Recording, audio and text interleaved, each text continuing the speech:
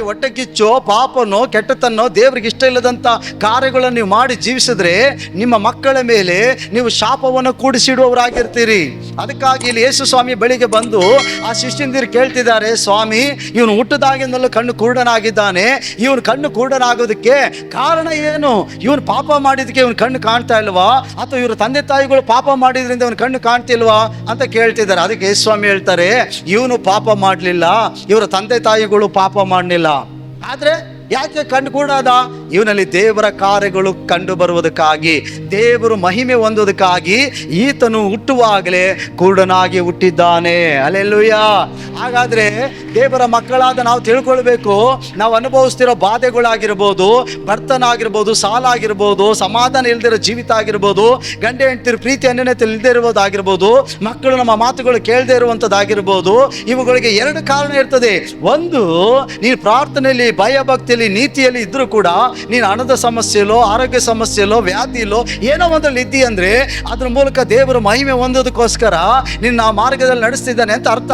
ಎರಡನೇದಾಗಿ, ಈ ಮಾರ್ಗದಲ್ಲಿ ವ್ಯಾಧಿಯಲ್ಲಿ, ಕಣ್ಣೀರಲ್ಲಿ, ಕಷ್ಟದಲ್ಲಿ, ಸಾಲದಲ್ಲಿ ಜೀವಿಸ್ತಿದ್ದಿ ಅಂತಂದ್ರೆ ನೀನು ಮಾಡಿದಂಥ ಪಾಪಗಳು ನಿನ್ನ ಬೆನ್ನತ್ತಿ ಬಂದು ಹಿಡಿತೈತೆ ಅಂತ ಅರ್ಥ, ನಿನ್ನ ಬಾಧಿಸ್ತೈತೆ ಅಂತ ಅರ್ಥ, ನಿನ್ನ ನೆಮ್ಮದಿಯನ್ನು ಬಾಧಿಸ್ತೈತೆ ಅಂತ ಅರ್ಥ, ನಿನ್ನ ಮಕ್ಕಳನ್ನ ಬಾಧಿಸ್ತೈತೆ ಅಂತ ಅರ್ಥ. ಅದಕ್ಕಾಗಿ ಪಾಪವನ್ನು ಒಪ್ಪುಕೊಂಡು ಅರಕೆ ಮಾಡಿ ಕ್ಷಮಾಪಣೆ ಕೇಳಬೇಕು ದೇವರ ಮುಂದೆ.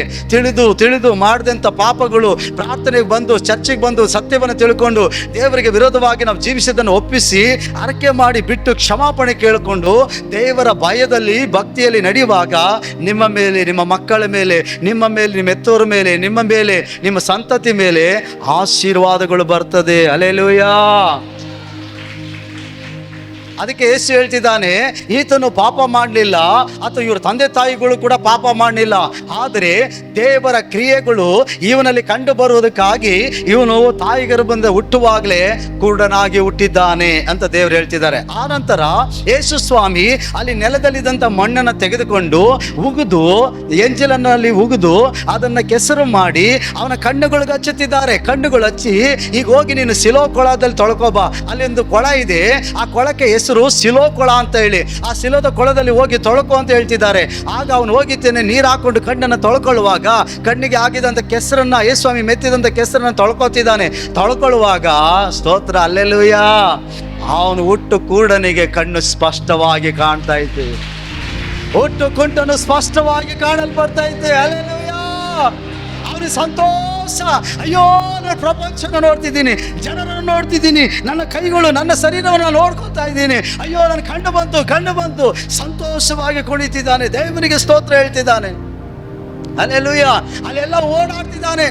ಅಲ್ಲಿ ಅವಾಗವಾಗ ಆ ದೇವಾಲಯಕ್ಕೆ ಪ್ರಾರ್ಥನೆ ಮಾಡಕ್ಕೆ ಬರ್ತಿದ್ದಂಥ ಜನಗಳು ಅವನು ದಿನಾನು ನೋಡ್ತಿದ್ರಲ್ಲ, ಅಲ್ಲಿ ಭಿಕ್ಷೆ ಬೇಡದನ್ನ ಅವನ್ನ ಗುರುತಿಸಿ, ಬೈಲಿ ನೀನು ಎಲ್ಲ ನೋಡಿದೀವಲ್ಲ, ಎಲ್ಲ ನೋಡಿದೀವಲ್ಲ ಅಂತ ಕೇಳಿದಾಗ, ಸ್ವಾಮಿ ನಾನಲ್ಲಿ ಕುರುಡನಾಗಿ ಕೂತಿದ್ನಲ್ಲ, ಬರ್ತಿದ್ದೀನ, ಹೋದ ವಾರ ನೀವು ನನಗೆ ಚೇಂಜ್ ಇಸ್ಕೊಂಡು ಕಾಣಿಕೆ ಕೊಟ್ರಲ್ಲ, ಹೋದ ವರ್ಷ ನನಗೆ ಭಿಕ್ಷೆ ಕೊಟ್ರಲ್ಲ ಹೇಳ್ತಿದ್ದಾನೆ. ನೈವರ ಅಲ್ಲಿ ಕುರುಡನಾಗಿ ಕೂತಿದೆ, ಹಾಗಾದ್ರೆ ನೀನು ಹುಟ್ಟು ಕುರುಡನಾಗಿದ ಮೇಲೆ ಕಣ್ಣು ಹೆಂಗೆ ಬಂತು, ಕಣ್ಣು ಯಾರು ಕೊಟ್ರು ಅಂತ ಕೇಳ್ತಿದ್ದಾನೆ. ಯಾಕಂದ್ರೆ ಯಹೂದ್ಯರ ಧರ್ಮಶಾಸ್ತ್ರದ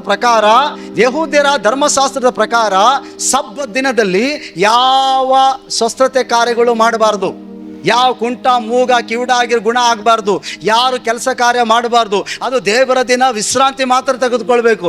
ಆ ಕೆಲಸ ಆ 7ನೇ ದಿನದಲ್ಲಿ ಅಂದರೆ ಶನಿವಾರದಲ್ಲಿ ವಿಶ್ರಾಂತಿ, ಸಬ್ಬತ್ ದಿನವನ್ನು ಅಲಕ್ಷ್ಯ ಮಾಡಬಾರ್ದು. ಇದು ಮೋಸೆಯ ಗ್ರಂಥದಲ್ಲಿ ಇದ್ದಂಥ ಕಟ್ಟಳೆ ಆಗಿತ್ತು, ದೇವರು ಕೊಟ್ಟಿದ್ದು. ಅದಕ್ಕಾಗಿ ಅವ್ರು ಹೇಳ್ತಿದ್ದಾರೆ, ನೀನು ಇವತ್ತು ಸಬ್ಬತ್ ದಿನವಾಗೈತೆ, ನೀನು ಗುಣಪಡಿಸಿದವರು ಯಾರು? ಸಬ್ಬತ್ ದಿನವನ್ನ ಓಲೆ ಮಾಡಿದ್ದಾರೆ ಅವರು, ಸಬ್ಬತ್ ದಿನವನ್ನ ಅಲಕ್ಷ್ಯ ಮಾಡಿದ್ದಾರೆ, ದೇವರ ದಿನವನ್ನು ಅಲಕ್ಷ್ಯ ಮಾಡಿದ್ದಾರೆ ಅವರು. ಯಾರು ನಿನ್ನ ಕಣ್ಣು ಕೊಟ್ಟರು ಅಂತ ಕೇಳ್ತಿದ್ದಾರೆ. ಅದಕ್ಕೆ ಕಣ್ಣು ಹೊಂದಿದಂಥ ಕೂಡ ಹೇಳ್ತಾನೆ, ಆ ವ್ಯಕ್ತಿ ಹೇಳ್ತಾನೆ, ಸ್ವಾಮಿ ಕಣ್ಣು ಕೊಟ್ಟವ್ರು ಯಾರಂತ ನಾನು ನೋಡಿಲ್ಲ. ಈಗ ಆದರೆ ಒಬ್ಬ ವ್ಯಕ್ತಿ ಬಂದು ಅವನೇನು ಮಾಡ್ದ, ಕೆಸರನ್ನು ಮಾಡಿ ನನ್ನ ಕಣ್ಣಿಗೆ ಹಚ್ಚಿ ನೀನು ಸಿಲೋ ಕೊಳಕ್ಕೆ ಹೋಗಿ ತೊಳ್ಕೊ ಅಂದ. ನಾನು ತೊಳ್ಕೊಂಡೆ, ನನ್ನ ಕಣ್ಣು ಕಾಣ್ತಾ ಐತೆ. ಅಷ್ಟು ಮಾತ್ರ ಗೊತ್ತು. ಅರೆ ಆಯ್ತು ಬಿಡಪ್ಪ, ಹೆಂಗೋ ಹುಟ್ಟು ಕೂಡನಾಗಿದೆ, ತಾಯಿ ಗರ್ಭದಿಂದ ಕೂಡನಾಗಿ ಹುಟ್ಟಿದೆ, ಎತ್ತವರಿಗೆ ನೀನು ಬಾಧೆಯಾಗಿದೆ, ಎತ್ತವರಿಗೆ ಭಾರವಾಗಿದೆ ನೀನು. ಹಾಗಾಗಿ ನೀನೇ ದುಡಿದು ಸಾಕಿ ಕುಟುಂಬ ನಡೆಸಬೇಕಾದವನು, ಬಾಳಿ ಬದುಕಬೇಕಾದವನು, ಮನತನದ ಮುಂದೆ ತೆಗೆದುಕೊಂಡು ಹೋಗ್ಬೇಕಾದವನು ಕೂಡನಾಗಿ ಹುಟ್ಟಿದೆ. ನೀನು ಎತ್ತವರು ಎಷ್ಟು ದುಃಖ ಪಟ್ಟಿರ್ಬೋದು, ನಿನ್ನ ಮನೇಲಿ ಎಷ್ಟು ಸಂಬಂಧಿಕರು ದುಃಖ ಪಟ್ಟಿರ್ಬೋದು. ಅಯ್ಯೋ ನಿನ್ನ ಯಾರು ಹೆಣ್ಣು ಕೊಡ್ತಾರಪ್ಪ, ಕೂಡನಿಗೆ ಯಾರು ಹೆಣ್ಣು ಕೊಡ್ತಾರಪ್ಪ, ಹಾಗಾಗಿ ನಿನ್ನ ಜೀವಿತನೇ ಕತ್ತಲೆ ಆಗ್ಬಿಟ್ಟಿತ್ತಲ್ಲಪ್ಪ. ಯಾರಾದ್ರೂ ನೀನು ಕರ್ಕೊಂಡು ಹೋಗಿ ಒಬ್ರು ಸಹಾಯಕರು ಬೇಕಾಗಿತ್ತು. ಬಿಡಪ್ಪ, ಯಾರೋ ದೇವ್ರು ಬಂದಂಗೆ ಬಂದು ನೀನು ಕಣ್ಣು ಕೊಟ್ರಲ್ಲ, ದೇವರಿಗೆ ಸ್ತೋತ್ರ ಅಂತೇಳಿ ಆ ಯಹೂದ್ಯರು ದೇವರನ್ನ ಸ್ತುತಿಸ್ತಿಲ್ಲ, ದೇವ್ರ ಉಪಕಾರ ನೆನೆಸ್ತಿಲ್ಲ. ಅವ್ರನ್ನ ಎಳ್ಕೊಂಡು ಹೋಗ್ತಿದ್ದಾರೆ. ಎಲ್ಲಿಗೆ? ಅವರು ಹಿರಿಯರ ಬಳಿಗೆ ಎಳ್ಕೊಂಡು ಹೋಗ್ತಿದ್ದಾರೆ, ಪರಿಸಾಯರ ಬಳಿಗೆ, ಶಾಸ್ತ್ರಿಗಳ ಬಳಿಗೆ. ಇವನು ಕೂಡನಾಗಿ ಹುಟ್ಟಿದ, ಇವತ್ತು ಸಬ್ಬತ್ ದಿನ, ಇವತ್ತು ದೇವರ ದಿನ, ಆದ್ರೆ ಇವನು ಕಣ್ಣು ಕಾಣ್ತೈತೆ, ಇವನು ಯಾರೋ ಸ್ವಸ್ಥಪಡಿಸೋರೆ ಅಂತ ಕೇಳಿದ್ರೆ ಅವ್ನಿಗೆ ಏನ್ ಮಾಡ್ತಿದ್ದಾರೆ? ಪಂಚಾಯಿತಿಗೆ ಮಾಡ್ತಿದ್ದಾರೆ.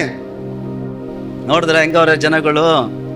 ನೀನು ಕಷ್ಟದಲ್ಲೋ, ದೆವ್ವದಲ್ಲೋ, ರೋಗದಲ್ಲೋ ಬಿದ್ದು ನಳ್ಳಿ ಬಿಡುಗಡೆ ಇಲ್ಲದೆ ಆ ಗುಡಿ ಈ ಗುಡಿ ಗುಂಡಾರ ಎಲ್ಲ ಸುತ್ತಿ ಲಾಸ್ಟಿಗೆ ಏಸಪ್ಪ ನಂಬ್ಕೊಂಡು ಚರ್ಚಿಗೆ ಬರ್ತಿ. ದೆವ್ವ ಬಿಟ್ಟೋಯ್ತು, ರೋಗ ಬಿಟ್ಟೋಯ್ತು, ಮಾಟ ಬಿಟ್ಟೋಯ್ತು, ಸಮಾಧಾನ ಸಿಕ್ತು. ನೀನು ಅಲಿತಿರೋ ಜೀವಿತವನ್ನ ದೇವರು ಕಟ್ಟದ, ಸಾಲಗಳು ತೆಗೆದ, ದುಡಿಮೆ ಇಲ್ದಿದ್ದ ಕೈಗೆ ದುಡಿಮೆ ಕೊಟ್ಟ ದೇವರು, ನಿನ್ನ ಮಕ್ಕಳನ್ನ ದೇವರು ಸಮಾಧಾನವ ಕಟ್ಟದ. ಇದೆಲ್ಲ ಕಟ್ಟದ ಮೇಲೆ ಆಗದೆದವರು ಬರ್ತಾರೆ, ಬೇರೆಯವ್ರು ಬರ್ತಾರೆ, ಸಂಬಂಧಿಕರು ಬರ್ತಾರೆ. ಓ ನೀವು ಚರ್ಚ್ಗೆ ಹೊಂಟೀರಾ, ನೀವು ಯೇಸುಸ್ವಾಮಿ ನಂಬಿಟ್ರಾ, ನೀವು ಜಾತಿಗೆ ಸೇರ್ಕೊಬಿಟ್ರಾ, ಆ ಜಾತಿಗೆಲ್ಲ ಹೋಗ್ಬಿಟ್ರ ನೀವು.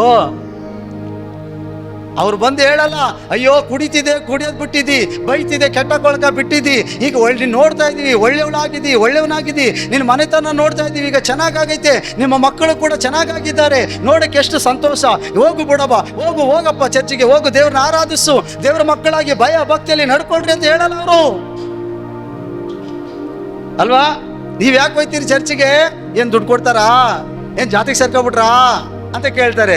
ಅವಾಗ ನೀವು ಹೇಳ್ತೀರಿ, ಇಲ್ಲ ನಾವು ಯಾರು ದುಡ್ಡು ಕೊಡಲ್ಲ, ಜಾತಿಗೂ ಸೇರ್ಕೊಂಡಿಲ್ಲ, ಆದ್ರೆ ಯೇಸುಸ್ವಾಮಿ ನಂಗೆ ಸಮಾಧಾನ ಕೊಟ್ಟವನೆ, ಪಾಪ ಕ್ಷಮಿಸಿದ್ದಾನೆ, ರೋಗ ಗುಣಪಡಿಸಿದ್ದಾನೆ, ನಾನು ದೆವ್ವ ಬಿಡಿಸಿದ್ದಾನೆ, ಮಾಟ ಬಿಡಿಸಿದ್ದೀವಿ. ನಮ್ಮ ಕುಟುಂಬದಲ್ಲಿ ಗಂಡ ಹೆಂಡ್ತೀರಿ ಯಾವಾಗಲೂ ಜಗಳ ಮಾಡ್ತಿದ್ವಿ, ಈಗ ಜಗಳ ಬಿಡಿಸಿ ನಾವು ಪ್ರೀತಿ ಅನ್ಯೋನ್ಯತೆಯಲ್ಲಿ ಇದ್ದೀವಿ. ನಮ್ಮ ಮಕ್ಕಳುಗಳು ದಾರಿ ತಪ್ಪಿದ್ರು, ರೋಗದಲ್ಲಿದ್ರು, ದೇಸಪ್ಪ ಅವ್ರನ್ನ ಗುಣಪಡಿಸ್ತಾ ನಾವು ಡಾಕ್ಟರ್ ಬಳಿಗೆ ಹೋಗಿದ್ದೋ, ಕಾಯಿಲೆಗಳು ಅಂತ ಹೇಳಿದ್ರು, ಆದ್ರೆ ರಿಪೋರ್ಟ್ಗಳೆಲ್ಲ ನಾರ್ಮಲ್ ಅಂತ ಬರ್ತೈತೆ, ಯಾವ ಕಾಯಿಲೆ ಇಲ್ಲ ಅಂತ ರಿಪೋರ್ಟ್ ಬರ್ತೈತೆ. ಆದ್ರೆ ನಮ್ಗೆ ನೋಡಿದ್ರೆ ಸಮಾಧಾನ ಇಲ್ಲ, ಕಾಯಿಲೆ, ರೋಗ, ನೆಮ್ಮದಿನೇ ಇಲ್ಲ, ನಿದ್ರೆನೇ ಬರಲ್ಲ. ಏಸಪ್ಪ ಅಂತ ಹೋದ ಬಿಡುಗಡೆ, ಇವೆಲ್ಲ ಅವ್ರು ಏನು ನಂಬಲ್ಲ. ಅವ್ರು ನಂಬೋದೇನೋ ಜಾತಿಗೆ ಸೇರ್ಕೊಬಿಟ್ಟಿದ್ದೀರಿ ಬಿಡುವು, ಹಂಗಾರೆ ಕುಲ್ಗೆ ಏನಂತ ನಮ್ಮ ಕುಲನ ಬಿಟ್ಟು ಹೋಗ್ಬಿಟ್ರಾ ಅಲ್ವಾ? ಈ ವ್ಯಕ್ತಿಗೆ ಹುಟ್ಟು ಕುರುಡನಿಗೆ ದೇವರು ಕಂಡು ಕೊಟ್ಟಿದ್ದಾರೆ ಅಲ್ವಾ?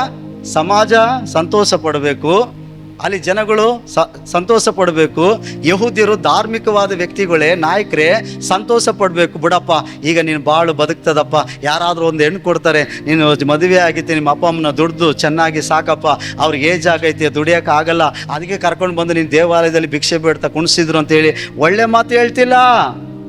ನಿಮ್ಗೆ ಚರ್ಚಿಗೆ ಬರೋರು ಯಾರು ಯೇಸುಸ್ವಾಮಿ ನಂಬೋರು ನಿಮ್ಗೆ ಒಳ್ಳೇದು ಮಾತು ಹೇಳಲ್ಲ.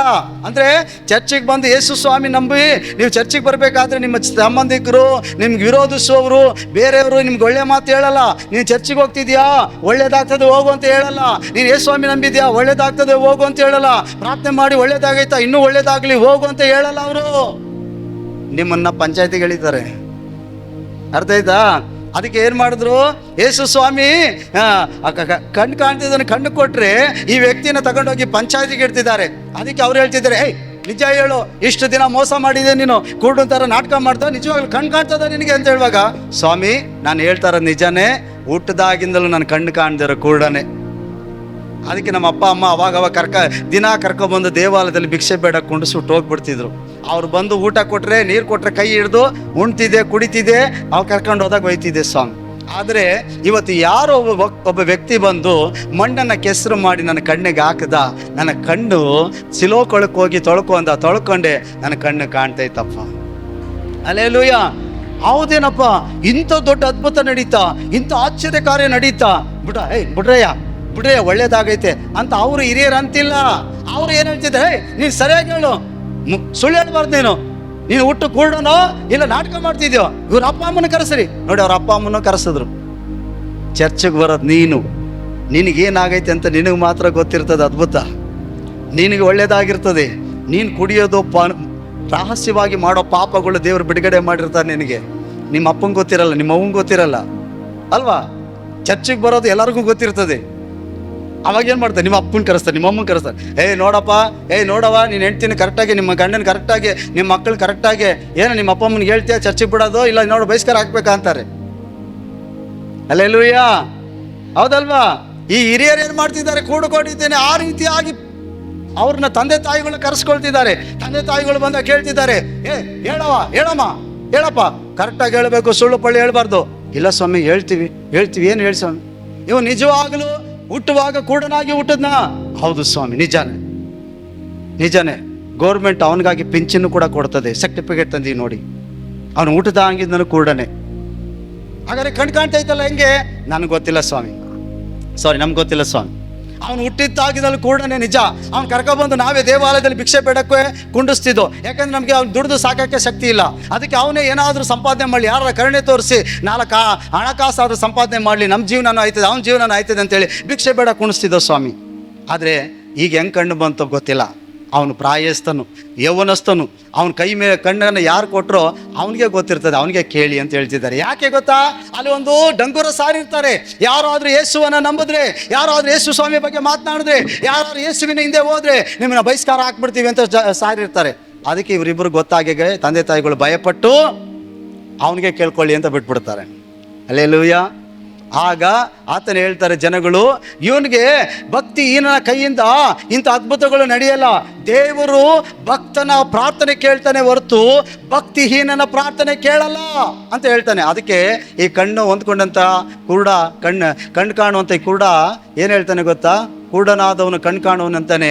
ಅವನು ಭಕ್ತಿವಂತನೋ ಭಕ್ತಿಹೀನನೋ ನನಗೆ ಗೊತ್ತಿಲ್ಲ. ಆದರೆ ನೀವು ಹೇಳುವ ಹಾಗೆ ಭಕ್ತಿಹೀನನ ಕೈಯಲ್ಲಿ ಇಂಥ ಅದ್ಭುತ ನಡೆಯಲ್ಲ. ನೀನು ಭಕ್ತಿಹೀನನಾಗಿದ್ರೆ ನಿನ್ನ ಪ್ರಾರ್ಥನೆ ದೇವರು ಕೇಳಲ್ಲ. ದೇವರ ವಾಕ್ಯ ಹೇಳ್ತದೆ, ಭಕ್ತಳಾಗಿ ಯಾರು ಪ್ರಾರ್ಥಿಸ್ತಾರೋ ಅವರ ಪ್ರಾರ್ಥನೆ ದೇವರು ಕೇಳ್ತಾನಂತೆ. ಹಲ್ಲೆಲೂಯಾ.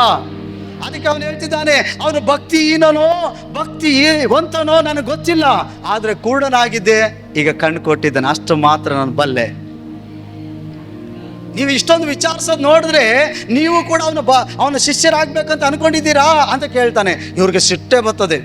ಅದಕ್ಕೆ ಆಗಲೇ ನೀನು ಪಾಪದಿಂದಲೇ ಹುಟ್ಟಿದಂಥ ಪಾಪಿ ಸಂತತಿ ಅಂದ್ಬಿಟ್ಟು ಬಹಿಷ್ಕಾರ ಹಾಕ್ಬಿಡ್ತಾರೆ. ಅವ್ನು ಬಹಿಷ್ಕಾರ ಹಾಕಿದಾಗ ಯೇಸುಸ್ವಾಮಿ ಗೊತ್ತಾಯ್ತು. ಈಗ ಯೇಸುಸ್ವಾಮಿ ಬಂದ್ರು ಅವನ ಹತ್ರಕ್ಕೆ. ಯೇಸುಸ್ವಾಮಿ ಕೇಳ್ತಾರೆ, ಮನುಷ್ಯ ಕುಮಾರನಾಗಿರುವವನ ನೀನು ನಂಬ್ತೀಯಾ? ಹೇಳು ಸ್ವಾಮಿ, ಅವನು ಯಾರು ನಾನು ನಂಬ್ತೀನಿ. ನಿನ್ನ ಜೊತೆ ಮಾತಾಡ್ತಿರೋ ನಾನೇ ಮನುಷ್ಯ ಕುಮಾರನಾಗಿರೋ ಕ್ರಿಸ್ತನು ಅಂತ ಯೇಸು ಹೇಳ್ತಾನೆ. ಯೇಸು ಹೇಳ್ದ. ಹಲ್ಲೆಲೂಯಾ. ಆಗ ಅವನು ಹೇಳ್ತಾನೆ, ನಾನು ನಂಬುತ್ತೀನಿ ಗುರುವೆ ಅಂತ ಹೇಳ್ತಾನೆ. ಈ ಸಂಗತಿಗಳು ಆದ ಮೇಲೆ ಈ 10ನೇ ಅಧ್ಯಾಯದಲ್ಲಿ ಹೇಳ್ತಾ ಇರೋದು, ಒಳ್ಳೆ ಕುರಿಗಳು ಅವನು ಸ್ವರಕ್ಕೆ ಕಿವಿಗೊಡ್ತವಂತ. ಅದಕ್ಕೆ ಈ ಪರಿಸಾಯರು ನೋಡಿ ಮಾತಾಡ್ತಿದ್ದಾನೆ, ನನ್ನ ಕುರಿಗಳು ಯಾರು ನಿಜವಾಗಿ ದೇವರ ವಾಕ್ಯನ ತಿಳಿದಿದ್ದಾರೋ, ಯಾರು ದೇವರನ್ನು ಪ್ರೀತಿಸ್ತಾರೋ, ಯಾರು ದೇವರ ಹಿಂದೆ ಹೋಗ್ತಾರೋ, ದೇವರ ಕಾರ್ಯಗಳನ್ನ ಯಾರು ತಿಳಿದವರು, ಅವರೆಲ್ಲರೂ ನನ್ನ ಸ್ವರಕ್ಕೆ ಕಿವಿಗೊಡ್ತಾರೆ, ನನ್ನ ಹಿಂದೆ ಬರ್ತಾರೆ. ಯಾಕಂದ್ರೆ ಕುರಿಗಳು ಸ್ವಂತ ಕುರುಬನಿಗೆ ಮಾತ್ರ ಕಿವಿಗೊಡೋದು, ಅವನ ಅನ್ಯನಿಂದೆ ಹೋಗಲ್ಲ. ಆದ್ರಿಂದ ನಿಮ್ಮ ಕುರುಬ ನಾನಲ್ಲ, ಸೈತಾನಾಗಿದ್ದಾನೆ. ಅದಕ್ಕೆ ಅವನಿಂದನೇ ನೀವು ಹೋಯ್ತಿದ್ದೀರಿ ಅಂತ ಹೇಳ್ತಾನೆ. ಹಲ್ಲೆಲೂಯಾ. ಈ ಪರಿಸಾಯರಿಗೆ ಹೇಳ್ತಾ ಈ ಮಾತನ್ನು ಹೇಳ್ತಾನೆ. ಒಳ್ಳೆ ಕುರುಬನ ಕತೆ ಒಂದು ಸಾಮ್ಯ ರೀತಿಯಲ್ಲಿ ಹೇಳ್ತಾ ಬರುವಾಗ ಅವ್ರಿಗೆ ಸಿಟ್ಟು ಬರ್ತದೆ, ಕೋಪ ಬರ್ತದೆ. ಕಲ್ಲು ತೆಗೆದು ಕೊಲ್ಲಬೇಕು ಯೇಸು ಸ್ವಾಮಿನ, ಅಷ್ಟರ ಕೋಪ ಬರ್ತದೆ ಅವ್ರಿಗೆ. ಹಲ್ಲೆಲೂಯಾ. ಯೇಸು ಸ್ವಾಮಿ ಹೇಳ್ತಾ ಬರ್ತಾ 10ನೇ ಅಧ್ಯಾಯ 10ನೇ ವಚನದಲ್ಲಿ ಹೇಳ್ತಾರೆ. ಹಲ್ಲೆಲೂಯಾ. ಯಾರು ನೋಡಿ ಹೇಳ್ತಾರೆ ಗೊತ್ತಾ? ಪರಿಸಾಯರು ನೋಡಿ ಹೇಳಲ್ಲ.